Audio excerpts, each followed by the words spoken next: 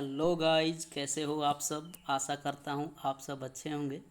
तो इस वीडियो में हम भौतिक राशियों के बारे में पढ़ने वाले हैं कि भौतिक राशियाँ किसे कहते हैं, भौतिक राशियाँ कितने प्रकार की होती है। तो चलिए वीडियो में आगे बढ़ते हैं और देखते हैं कि भौतिक राशियाँ किसे कहते हैं। तो भौतिक राशियाँ ऐसी राशियाँ जिनको व्यक्त करने के लिए एक संख्या की आवश्यकता पड़ती है और उसको प्रत्यक्ष रूप से गणना की जा सके, वो भौतिक राशियाँ कहलाती है। भौतिक राशियाँ मूल रूप से दो प्रकार की होती है, एक सदिश राशि और दूसरी जो होती है अदिश राशि। तो आगे देख लेते हैं कि सदिश राशि किसे कहते हैं और अदिश राशि किसे कहते हैं। तो सबसे पहले हम देखेंगे सदिश राशि किसे कहते हैं। ऐसी राशियाँ जिन्हें व्यक्त करने के लिए दिशा और परिमाण दोनों की आवश्यकता पड़ती है, वो सदिश राशियाँ कहलाती है। मतलब सदिश राशि को व्यक्त करने के लिए दिशा और परिमाण हमें दोनों की आवश्यकता पड़ती है, जैसे बल, संवेग, बलागुण, आवेग भार, विद्युत क्षेत्र, विस्थापन, वेग और त्वरण। ये जो है ये सब सदिश राशियाँ हैं।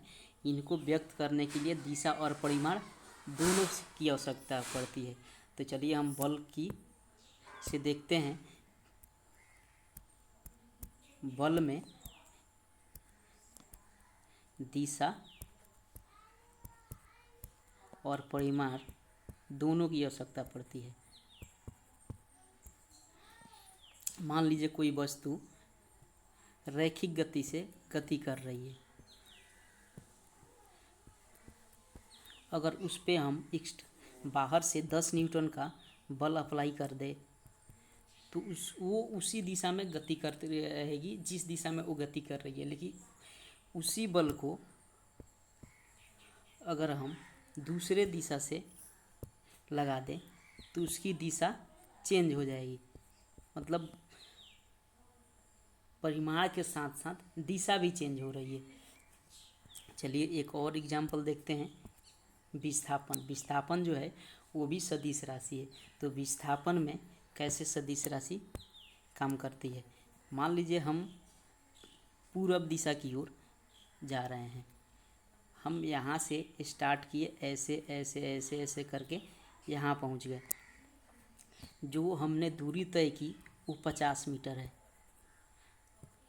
लेकिन विस्थापन जो होता है वो होता है गतिमान वस्तु द्वारा तय की गई न्यूनतम दूरी। तो जो हमारा न्यूनतम दूरी होगा वो है 10 मीटर। तो मतलब विस्थापन में भी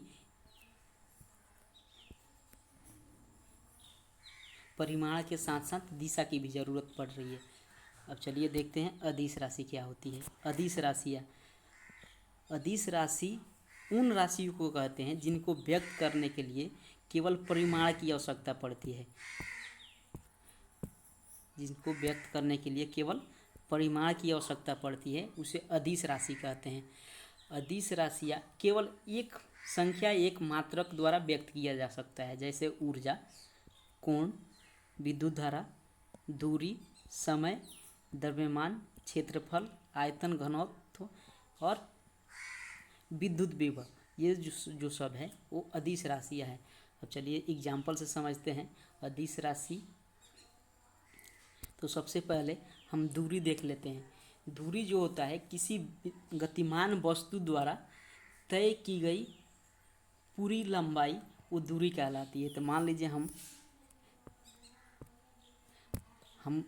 हमें बोला गया कि इस बिंदु से आप 10 मीटर आगे जाइए, तो हम 10 मीटर किसी भी दिशा में जा सकते हैं। तो ये जो हुआ ये अदिश राशि हुआ, क्योंकि हमें केवल परिमाण मिला है, दिशा नहीं। उसी प्रकार एक और एग्जाम्पल देखते हैं आयतन से।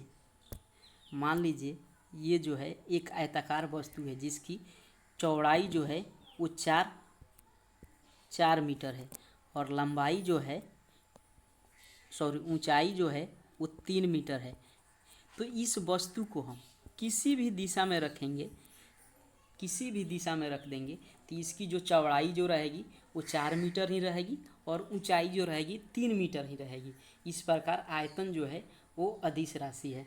अब चलिए इन दोनों में अंतर क्या होता है वो देख लेते हैं कि सदिश राशि और अदिश राशि में अंतर क्या होता है। सदिश राशि को व्यक्त करने के लिए परिमाण और दिशा दोनों की आवश्यकता पड़ती है, जबकि अदिश राशि को व्यक्त करने के लिए केवल परिमाण की आवश्यकता होती है। सदिश राशियों को गणित के नियमों से हल किया जा सकता है, लेकिन अदिश राशि को गणित के नियमों से हल नहीं किया जा सकता।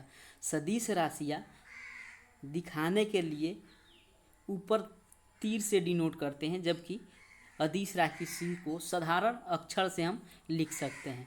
सदिश राशियों में दिशा होती है, लेकिन अदिश राशियों में दिशा नहीं होती है। सदिश राशि जो है बल, संवेग, बल, आघूर्ण, आवेग, भार, विद्युत क्षेत्र, विस्थापन, वेग, त्वरण, ये सब जो है सदिश राशि हैं। जबकि ऊर्जा, शक्ति, कोण, तापमान, विद्युत धारा की लंबाई, दूरी, क्षेत्रफल, द्रव्यमान, आयतन, घनत्व, दाब और कार्य, ये जो है अदिश राशियाँ हैं। तो फ्रेंड्स, इस वीडियो में इतना ही। आशा करता हूँ आप लोगों को वीडियो अच्छा लगेगी, तो प्लीज़ चैनल को सब्सक्राइब करें, लाइक करें, शेयर करें और कमेंट करना ना भूलें। जय हिंद।